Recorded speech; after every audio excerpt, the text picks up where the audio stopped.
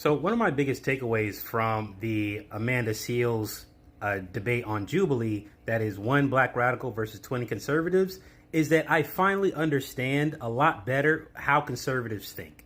And I get what's wrong with them. Like, I actually understand now, I believe, what is actually wrong with them. Why do they have such an incredible lack of empathy and understanding for other people? I get it. If you look at a list of what conservatives value, you'll find that it's about a half a dozen things. It's a pretty big list.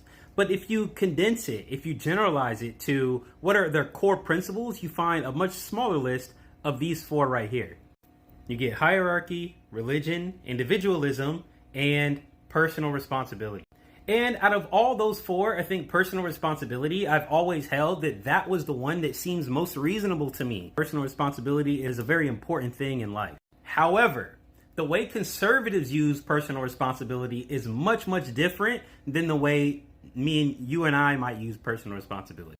So as an example, when Amanda Seales is debating these black conservatives again and again, they end up finding themselves blaming black people overall, black culture. They blame back mentality. They blame back mindset. They say that we have a victim mentality. So what they do is they blame us for a lot of the problems that we still face today. And they say that we need to stop blaming the white man and take responsibility for our own situation.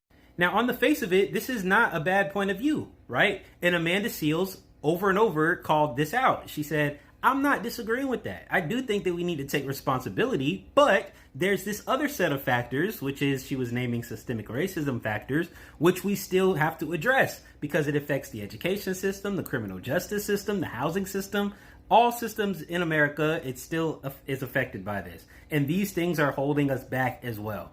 Now, because conservatives believe so strongly in personal responsibility, it ends up blocking out all other factors which would play into why the individual is struggling. So why are you homeless? You're homeless because you're lazy. Why are you in poverty? It's because you don't work hard. The act of crime is just excused as bad choices. There is no systemic analysis in any of this. Now, this is a very, very, very simplistic view of the world. And the reason why it's so simplistic is because they use personal responsibility as a silver bullet for everything. And you can even see this with their concept of gay people and trans people. They look at them as if they are making a choice to be gay or to be trans. It's a lifestyle choice to them. It's not something that is internal to their biology. So this ideology, this overemphasis on personal responsibility actually creates a situation where you are victim blaming